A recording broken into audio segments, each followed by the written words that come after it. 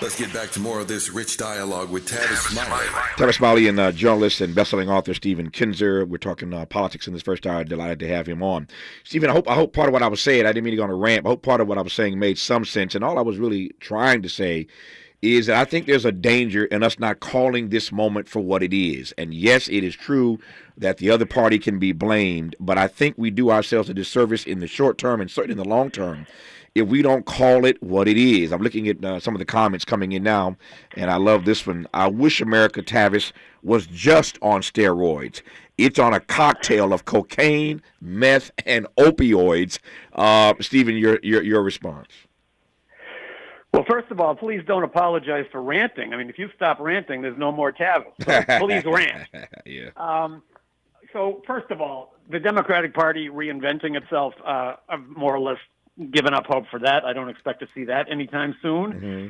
I think you're absolutely right that Trump got a lot of his votes by tapping into racism. He made it very clear that if you were a racist, that he was the candidate you should support, and he would support you. Mm-hmm. Racism is a very prevalent feeling in the human mind. You know, I've, as a New York Times reporter, worked in about 50 countries, and I don't think I was ever in a country where I didn't see racism. And I was surprised to see the number of people of color who voted for Trump. Oh, yeah. That too. That too. I feel that what we need now is a recognition that people who have been deprived, people who are suffering because of what this country has become, have a lot in common with each other, regardless of their race.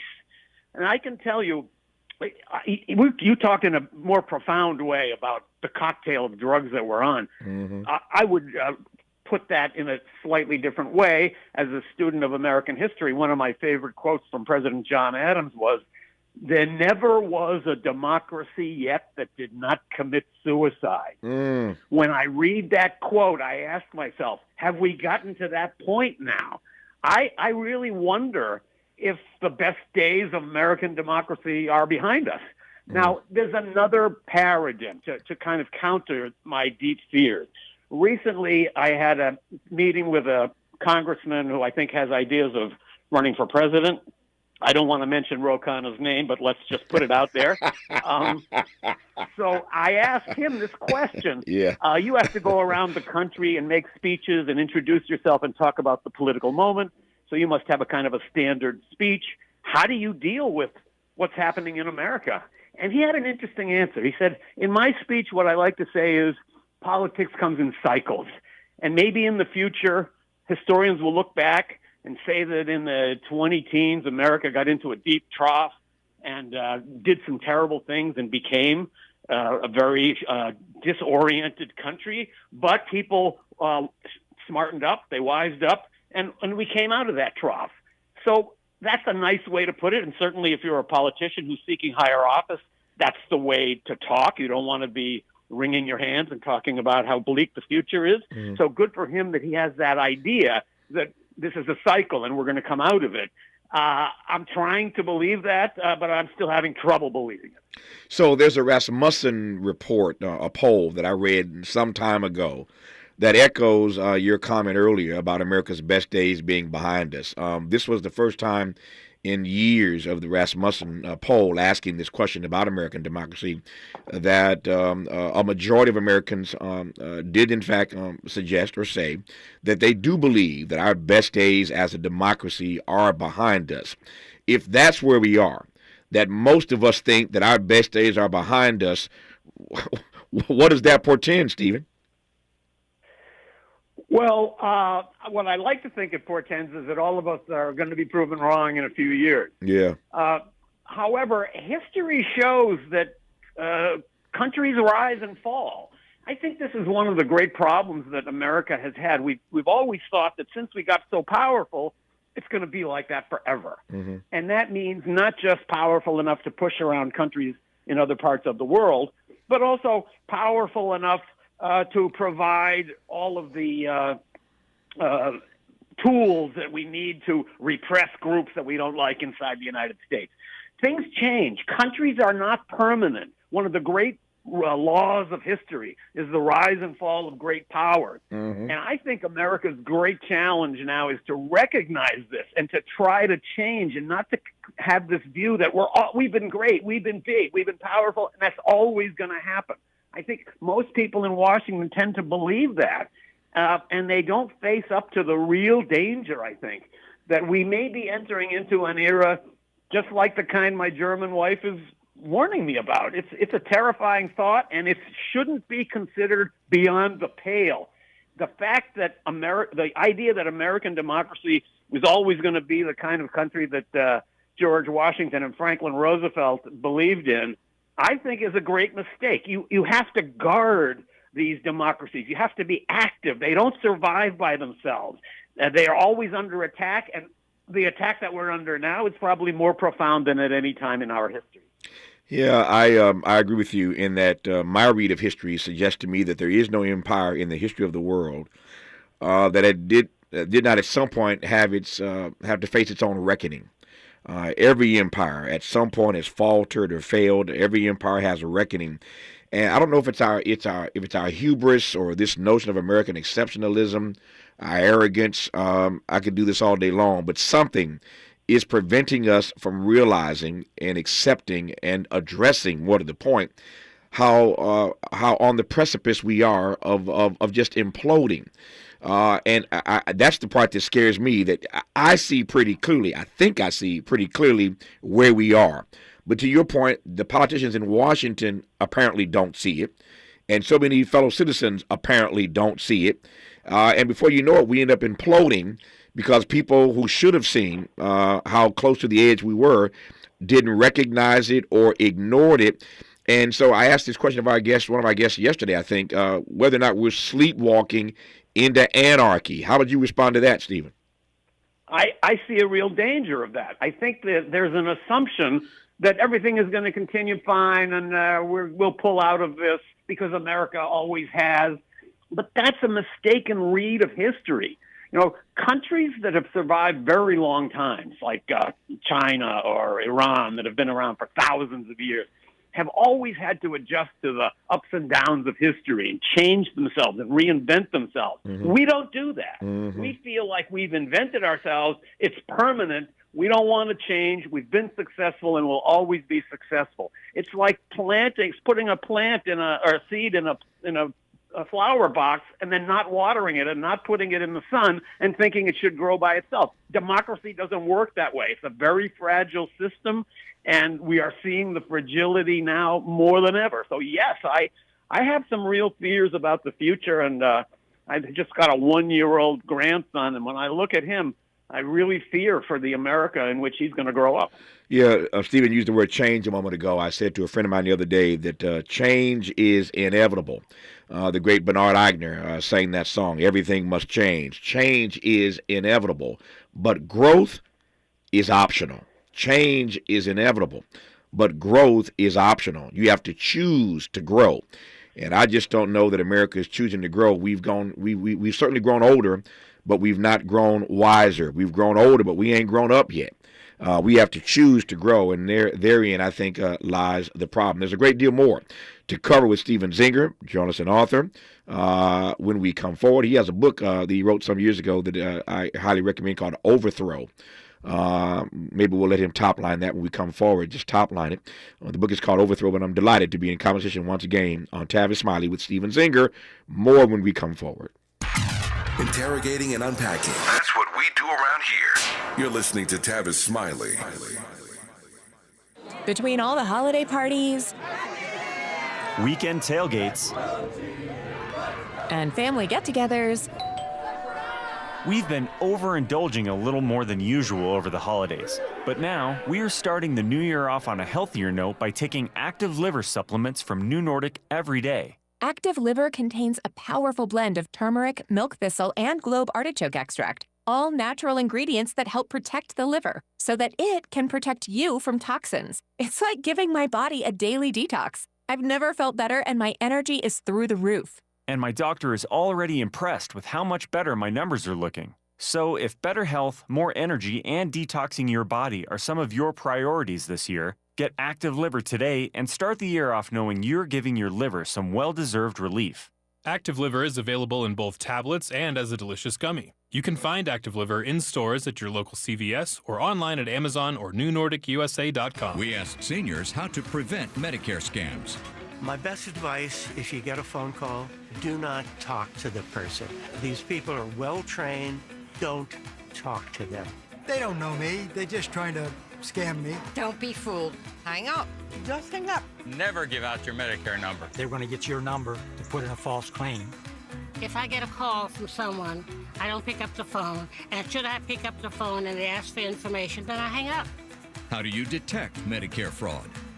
Just like I check my credit card statements, I check my Medicare statements monthly. Scammers can get a hold of your number, order medical devices through your account, and you're not even going to know about it if you don't look at your statement. Check your statement every month.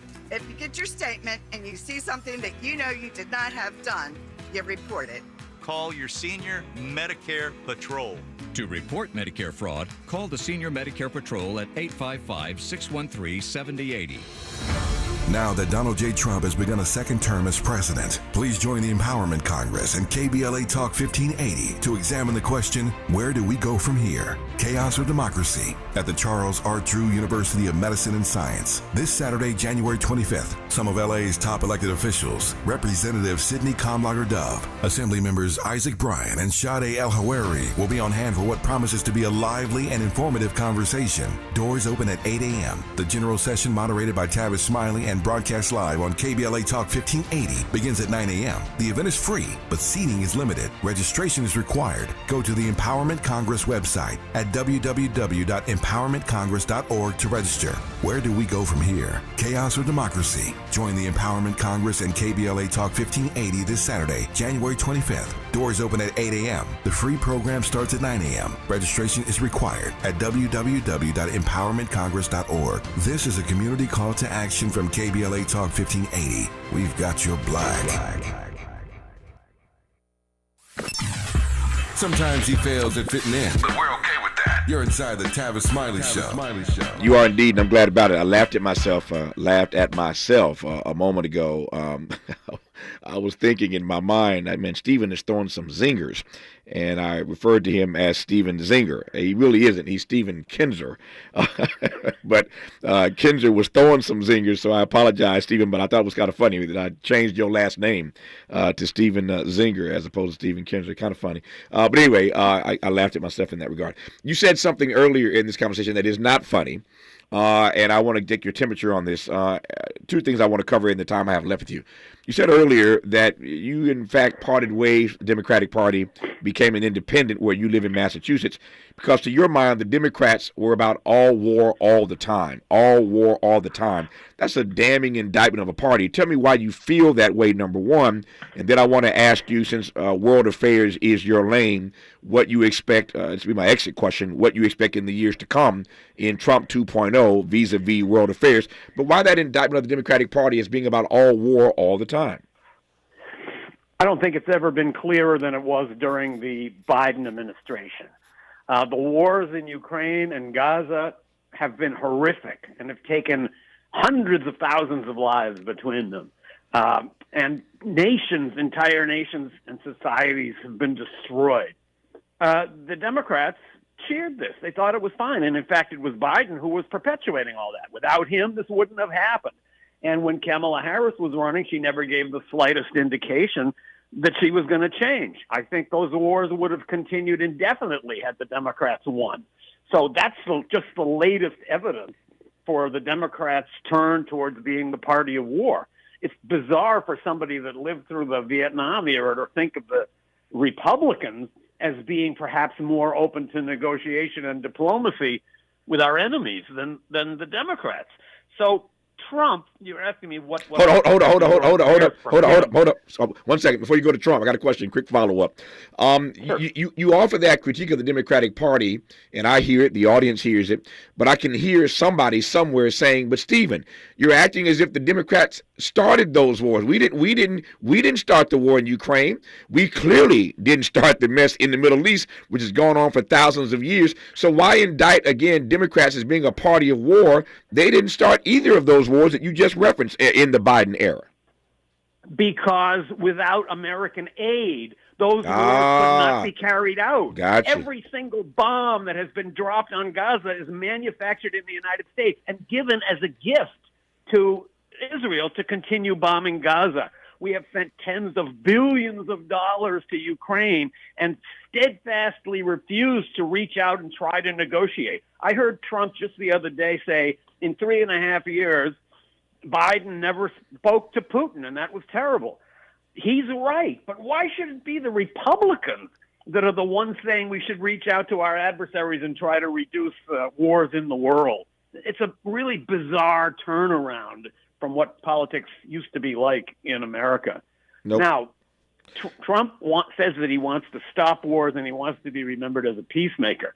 Well, I certainly salute those impulses, but I think the book is still open.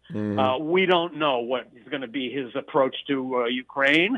I think he already made a step in Gaza, which was very positive. Without Trump being elected, that war would still be going on. There wouldn't be a ceasefire. So we have this odd situation where Trump says he wants to end wars that Democrats were continuing. The thing about Trump, though, Stephen, as you know, and I'll let you respond to this in our remaining moments when we come forward here in just a second. The thing about Trump, though, is that he is coming to the presidency at a moment where we're in phase one. This ceasefire, as you know, is only 42 days, and the days are ticking pretty fast already. It's only 42 days. So in 42 days, what happens in Trump 2.0 when Biden is gone and he's the guy in the Oval Office? So I hear your point. I hear his point that he wants to be regarded as a man of peace. I'm just not sure I see what happens next when this 42-day ceasefire comes to an end. But since you cover world affairs, we'll let you sound off on that when we come forward to Stephen Kinzer on Tavis Smiley. For all the freedom-loving folk, this is Tavis Smiley. I feel like freedom. Progressive presents Renters MVP's Most Valuable Possessions. Today's MVP, Emily Neal's 70-inch TV. Because after watching her second-grade students yell at each other for hours, there's nothing Emily enjoys more than watching super-rich housewives also yell at each other. Why? Because those women are not her responsibility. And that's why her TV is today's MVP.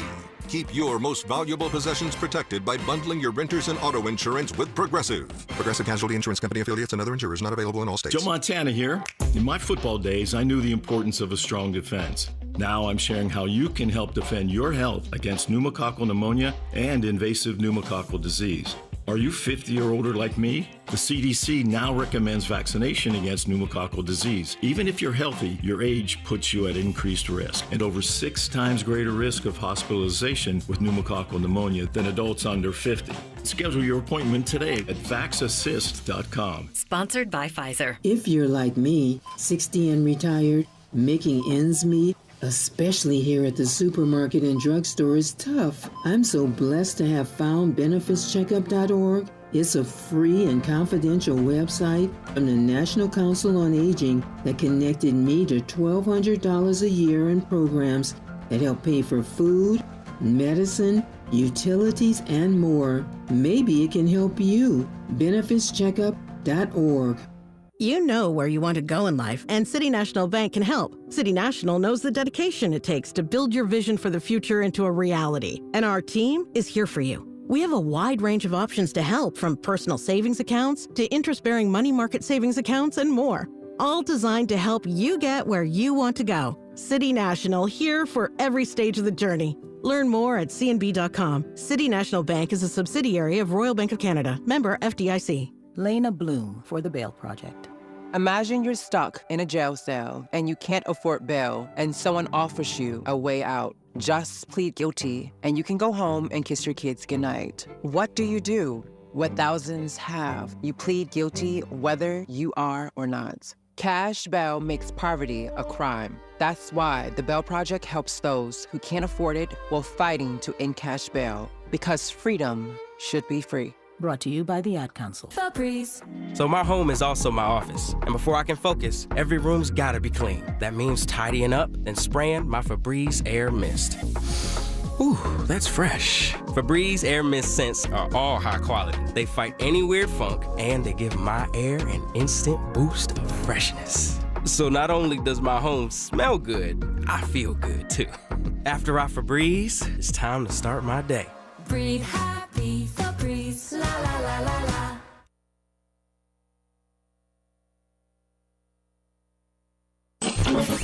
Freedom is an endless meeting. So let's get back to it with Tavis Smiley. Tavis Smiley and Stephen Kinzer, our remaining moments with him. About 3.5, 4 minutes left here. So, Stephen, I heard what Trump said. You heard what Trump said. But this ceasefire is only 42 days. What happens then? Well, we're in uncharted territory there, too. And I think presidents of the United States have great abilities to promote peace. But we haven't really seen any indication that Trump is going to do that. On the contrary, his confrontational attitude has come up with these crazy ideas like Canada should become the next state of the United States. We should seize Greenland. Yeah, that's right. We should take over the Panama Canal. So when I hear rhetoric like that, it makes me think that the chances that we will one day be looking back on Trump as a peacemaker are slim to none. And Tavis, I think you know where Slim is. Yeah, exactly. Out of town, as I say. Slim Exactly. is out of town. How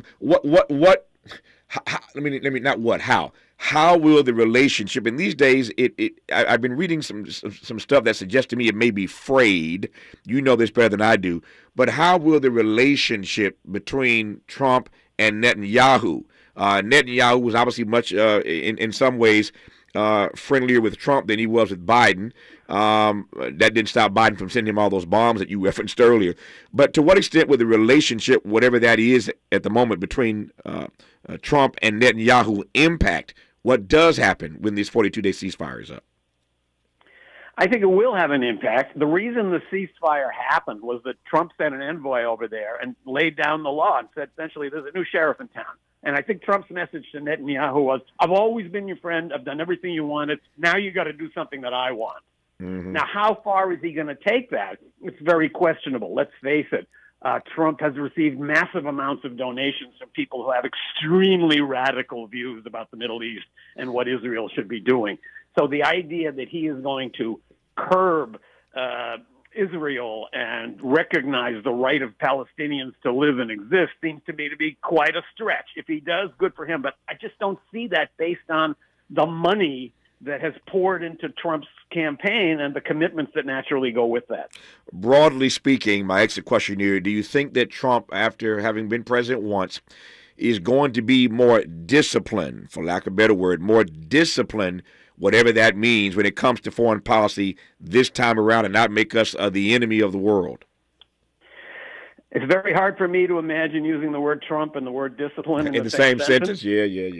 I do think, however, that Trump thinks of himself as a deal maker. Yeah. And it's not so easy to make deals in international affairs as it is maybe in New York real estate, where you just have to pay off the right people. Yeah. But I do think there are some deals out there waiting to be made. The first one, I would say, a real low-hanging fruit for Trump would be Iran. Yeah. Iran is now in a position where it's really looking for a solution with the United States. Iran has never expressed any threats towards the U.S. homeland. There's a real possibility to make a deal there now. Yeah. And I think if there's anywhere in the world where Trump could make a radical break soon with the policy of past Democratic administrations, it would be Iran. So I just noticed that within the last couple of days, he fired a guy named Brian Hook, who was one of the main promoters of war with Iran. Yeah. So I think there might be something bubbling in the back room when it comes to Iran. I think that might be the first place where we're going to see if something related to discipline might one day be applied to Donald Trump. Always delighted to be in conversation with the brilliant Stephen Kinzer, journalist, author, book called Overthrow. Stephen, good to have you on. Hope to check in with you a few times throughout the year, so I thank you for your time. All the best to you. I'll be looking forward to it. Thanks a lot, Tavis. Stay strong, my friend. 2 great hours in front of us. Up next, a conversation about reporting while black in the era of Trump, and then Geraldo Rivera in our third and final hour. You're listening, and I'm glad about it, to Tavis Smiley. KBLA 1580 Santa Monica. I'm Bree Wood with 4 things you should know with BIN News. President Trump will address the World Economic Forum remotely today. The annual event is being held in Davos, Switzerland. It'll be his first major speech to global business and political leaders since Monday's inauguration. Brooklyn, New York.